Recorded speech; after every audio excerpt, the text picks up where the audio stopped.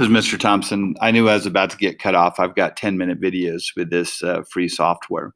And so I was in the middle of explaining a right view from the Eightfold Path and explaining that there's a kind of a beautiful Buddhist teaching because of reincarnation that everybody that you meet in life was once your mother.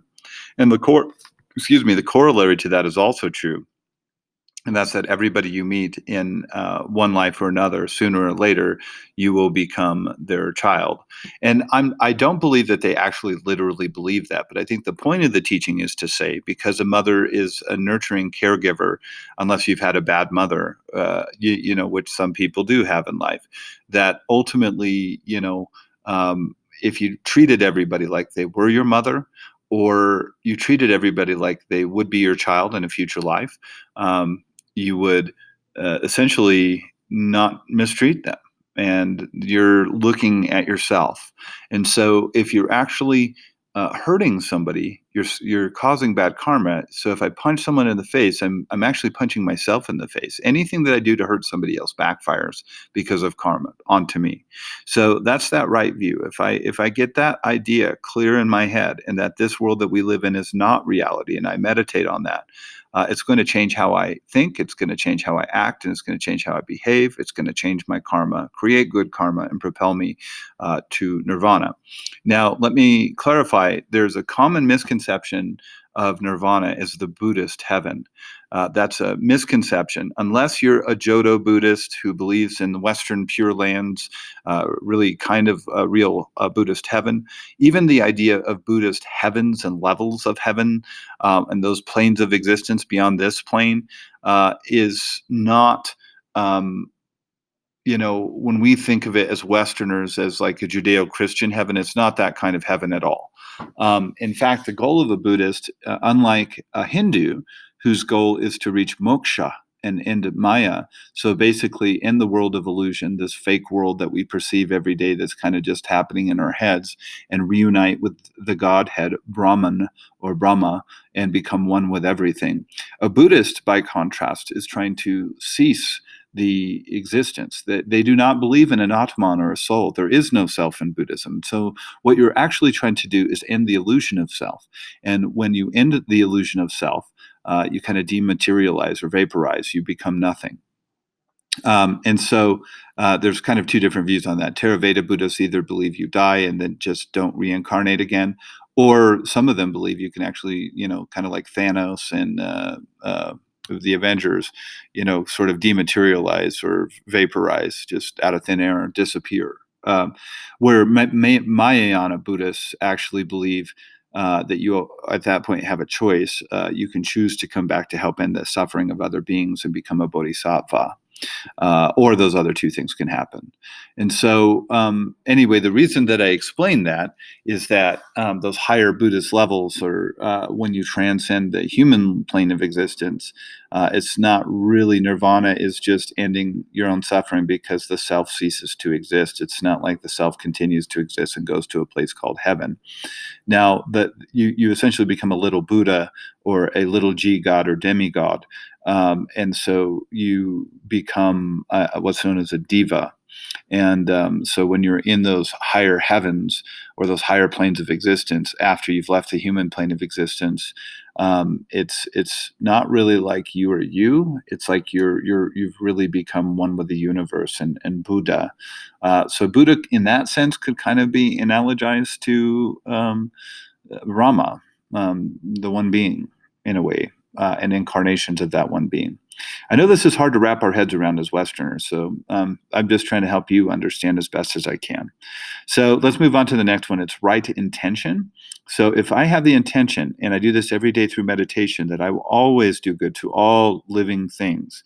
And I had a student ask, well, if they believe that insects and animals are beings that are incarnating on the way to humans, and therefore you can't kill them, you can't fry ants on a sidewalk, or you can't go hunting and eat beef or pork, and all Buddhists are vegetarians, then what if I accidentally step on an ant? And the answer would be, if your intention is to do harm, it would result in bad karma. If your intention is not to do harm but to do good, and maybe something happened by accident, then it would not result in bad karma. But the idea is essentially, you can't end a life. So if you saw a spider, you would actually grab it and catch and release outside versus stepping on it or killing it or swatting it. And so a Buddhist really is influenced by the Jainist idea, which was a protest religion in Hinduism to Brahmanism and Vedism, of ahimsa, which means no harm to anything. So when we talk about right intention, that's what we're talking about. We intend to do good, to help, and never to hurt. Okay, so the next one, speech. The idea of karma is that everything we do in thoughts, even our thoughts, our words, the things we speak, and our deeds, the things we do, can result in good or bad karma.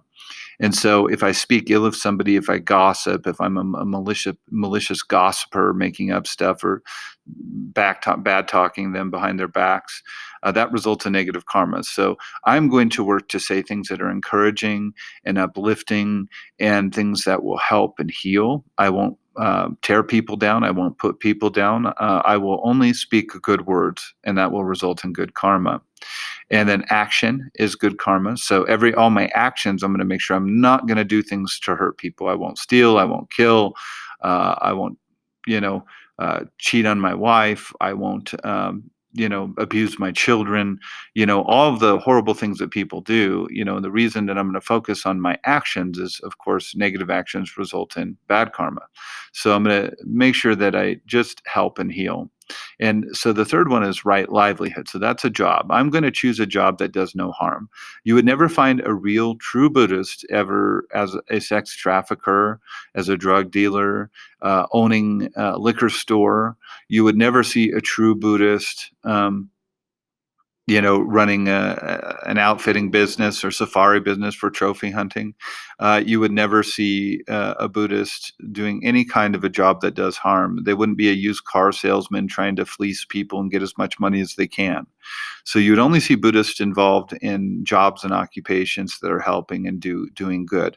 So you'll notice the three in the middle are really about speech, action, and livelihood. Living in this world, and view, intention, effort, mindfulness, and concentration are more about meditation, where I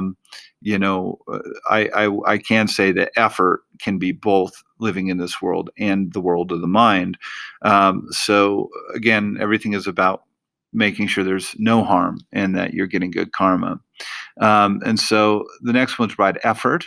So, it doesn't do any good to know all of this and not do it. Just like writing the word study down does nothing good for you. If you actually look at that and remember to study and you actually do it, that does something good for you. So the Buddhist idea is that you actually have to practice these ideas. You have to do it every single day. You can't just know about it. So you've got to, do it. It's 80% behavior. Well, it's really 100% behavior to a Buddhist. And so right effort is not only about meditating and realizing you've got to put forth that effort every single day, quieting your mind, realizing that your mind is the source of your suffering, and setting yourself about doing good in your thought, word, and deed in every way. So it's meditative, but it's also about action too. So it kind of links the two, the things that we do in this world and the things that we do in the world of the mind. And so with that effort, every day we'll meditate and every day we'll do good. The next one is right mindfulness. And that's about being here now. If you know anybody who's been in Alcoholics Anonymous or Narcotics Anonymous, you will discover that there's a saying in the program that if you have a foot in the past and a foot in the future, you're peeing on the present. Sorry to be crude, but that is basically one of the things that you'll hear at any AA or NA meeting at some point or another. And so the point about that is that if I'm living in the past and the things that other people have done to harm me, the traumas that have been inflicted to me as a being on planet Earth, if I'm living there mentally, essentially those things will cause me to self-destruct and do self-destructive things, which will store bad karma for me. I might also mistreat other people because of the things that people did to me and the way that they mistreated me.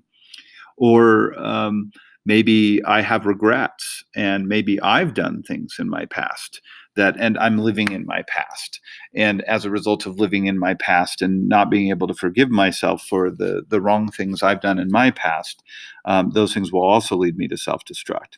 Similarly, the future, if I'm constantly focused on the future, um, I might, be filled with anxiety and fear and emotional hope and then disappointment